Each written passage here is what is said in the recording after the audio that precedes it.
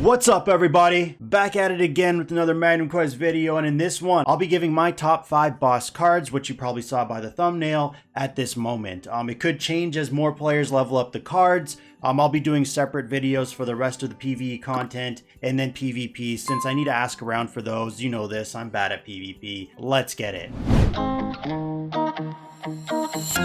In no particular order, we have number 1 being Gus, number 2 being Wyndon, number 3 being Hista, number 4 being Sir, and then number 5 being Fabian. One thing to note is the following duos I'm suggesting can change as players level up cards. Most of these were done at level 1 or level 2. In terms of the top duo cards, you have 2 ways to go depending on what ones you have. So for the first way, you have Hista and Gus, Fabian and Gus, and then Wyndon and Gus. For the second way, you have Hista and Sir, Fabian and Sir, and then Wyndon and Sir. Some small tests were done for McGildy, the Tony Stark himself. He used the same mechanics for each fight, just different cards, but the same levels that I know of. And taking the average damage of the fights into consideration, Hista Gus, Hista Sir, and then Wyndon Gus had the best results. However, card levels do play a big part in the best choice, because some of these cards at level 3 are just way better than the other ones, which I'll get into when I go into more detail for each. So regarding the first way, from multiple sources, keep in mind these are from players with a squad level of 400 plus, so late game, end game, whatever you want to call it. For the support card, Gus seems to be the go-to choice as of right now, but Sir isn't that far behind in terms of potential average damage. Honestly, a lot of the numbers vary depending on your Harry's buffs, meaning from his star map skill enhanced therapy. Random ally gains one of these random buffs, so if your DPS are not stacking up on the attack, then your numbers are going to suffer. It seems to be the best pairing with the Gus card is either Hista or Wyndon. I believe it's Hista for levels 1 to 2, however Wyndon at level 3 I think will easily surpass Hista because his level 3 is much better. I could be wrong here, or maybe it's just like a squad level thing, because I can't test these numbers. I'm just basing this off what I'm shown. The thing is, the Hista card is just so easy to use. Most players will be using Hista, who has no problem keeping 100% bleed effect on a target, so the added damage will be for the entire fight. Wyndon card takes better hero optimization, because if your DPS are not critting frequently, the added crit damage does nothing for you. I would say this card is better suited if your DPS are at 100% crit chance or very close to it. More testing will need to be done. I just can't do this because I don't have the Gus card, I don't have the Sir card, so yeah, I hate my life. Fabian I think works better for the free-to-play or low spenders, because you're limited to how much hero investment you can do. I could be wrong here, I just haven't seen any high-level squad players using this card. I'm not saying it's bad, it's an awesome card, but strictly looking at the very best right now, I don't see many using this as part of their setup. Regarding the second way, from multiple sources, the best attack card choices to pair with Sir are Fabian or Hista. Hista being the better average damage potential, however these tests were done at card levels 1 for the most part. So Fabian may outshine Hista at level 3 because his is better. I'm going to say this a couple times, Hista's level 3 is pretty bad. You might have different results depending on your squad level or levels, but this is just what I have noticed so far at a high level. And just remember, the Hista card is only good if the target is bleeding. Comment down below if you have a specific duo out of the top 5 cards I mentioned that has been working for you. Arcane cards are fairly new still, and the card potential can drastically change at level 3 with the added stat they get. After I go into a bit more detail of what makes each card out of the top 5 so special, I'm going to give some alternatives. So bringing up the Gus card, this is an uncommon card, and at level 1, keep in mind this is effective in boss fights only. All allies periodically gain 24 points, then lose 12 points of haste. Each period lasts 4 seconds. Also to note, this is a support card and pretty much the standard right now. Okay, so my tiny brain, this is a bit confusing, but essentially how this works is you're gaining haste, which is attack speed, reduced cooldown of skills, not including ultimate, movement speed to my knowledge. This allows your heroes to build up to their ultimates faster, which for the most part is their most useful skill, and also allows them to cycle through their skills faster. So even though you start out with 24, then lose 12, it averages out in your favor while each period lasting 4 seconds. Because your main goal in the boss battles is, well, to first survive the entire 90 seconds, then do the most DPS you can, this adds up. Example heroes in this boss setup I use, getting the first Harry ult, the first Sir ult, the first Hista ult. Basically getting all your heroes ults up faster will improve your DPS output so much that the negative aspects where when you lose those 12 points of haste won't be felt. Then at level 3 of this Gus card, each haste boost lasts 1 second longer, so it's just improving on the fact that the gained haste is just averaging out more so in your favor. Bringing up the Winden card, this is an uncommon card, and at level 1, once again, keep in mind, this is effective only in boss fights. All allies crit damage output is raised by 16%. Also to note, this is an attack card. The reason I have this in my top 5 list is because in late game, I find it becomes more so about hero optimizing. What I mean by this is finding the best optimal balance between crit chance percentage and crit damage percentage.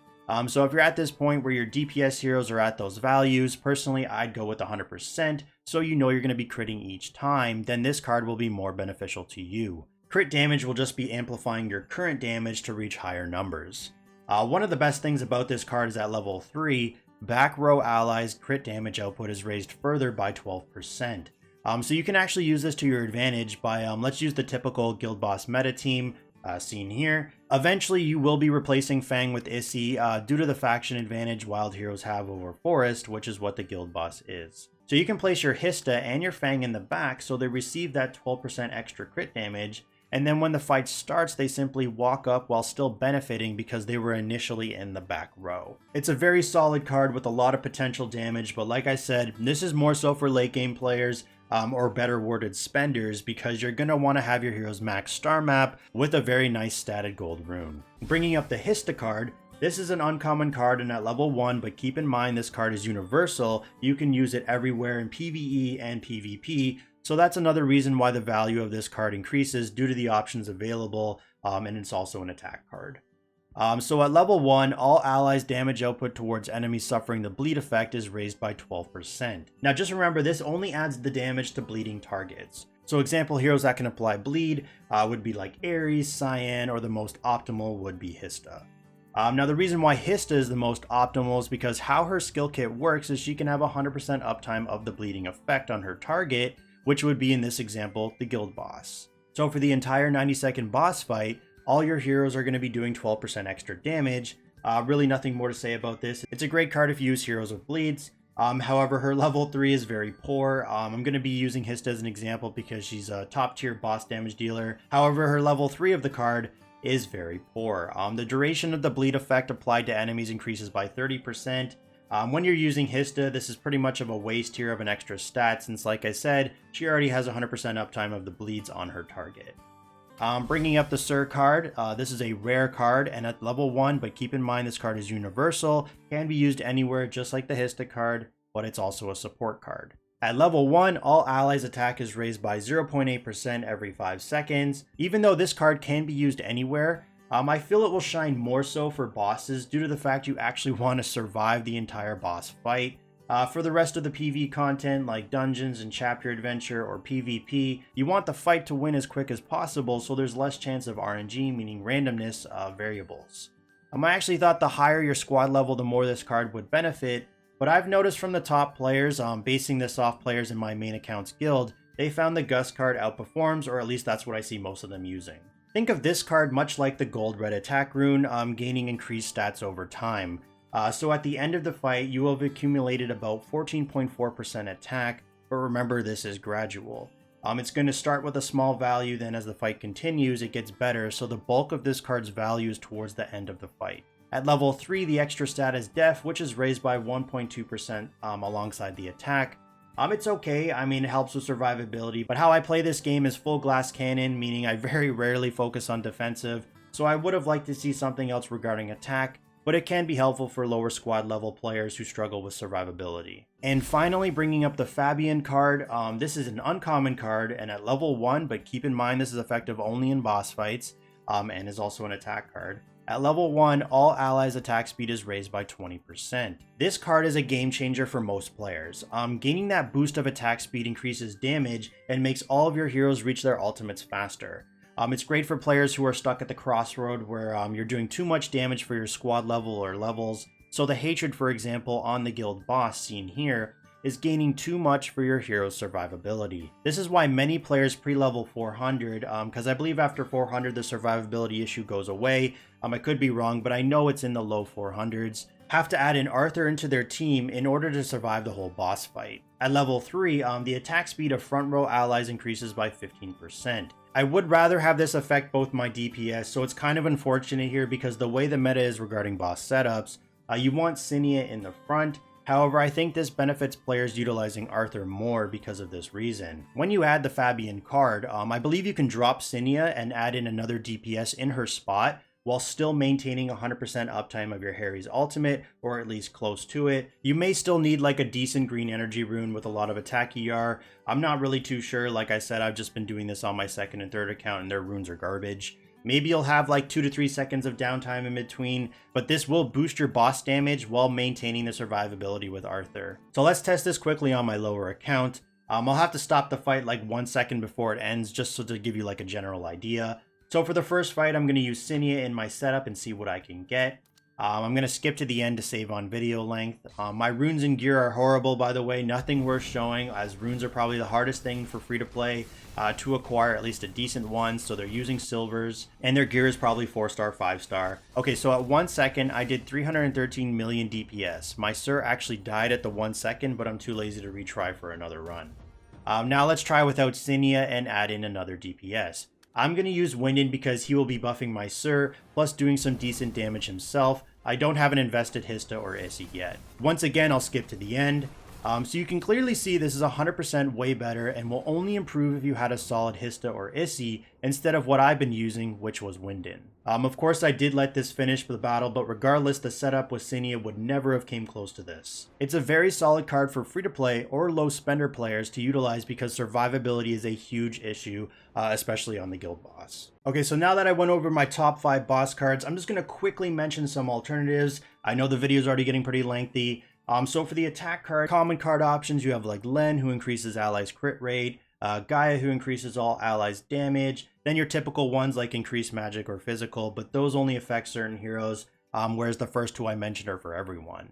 Uncommon card options are basically the better versions of the mentioned common ones, so like Fang is the better version of the Gaia card, Issy is the better version of the Len card. The reason I don't think this would make the top is although the crit chance percentage boost is very nice, it's only effective on bosses. So hero optimizing with this card would be effectively useless for the rest of PvE, like chapter and dungeon and then PvP. So I don't think it's going to be worth the hassle. So I'd just go with this if you lack crit and you lack options. Or this Manton card, but it might pose a problem with survivability, depending on your squad level or levels, and also mess with heroes where you choose Swift Victory star map skill because you lose this buff if they drop below 50% HP. Rare card options, unfortunately, a lot of these need work. It has been stated that they will be buffed up because the majority of rare boss cards are outshined by the uncommon, or probably even the common ones. Actually, flipping through the album here, I don't even really see many rare attack cards besides the Santa Claus. I would much rather just take a flat crit chance card since this doesn't like gradually increase to land a critical hit. What I mean by this is like if you fail to land a critical hit, it starts off at 8% and then keeps increasing till they crit. For the defense card, you have common card options like actually really isn't many I'd recommend here. I see the majority of players using Garaf here as he gives all allies lifesteal. I mean, honestly, I don't think I'd use any others but this one.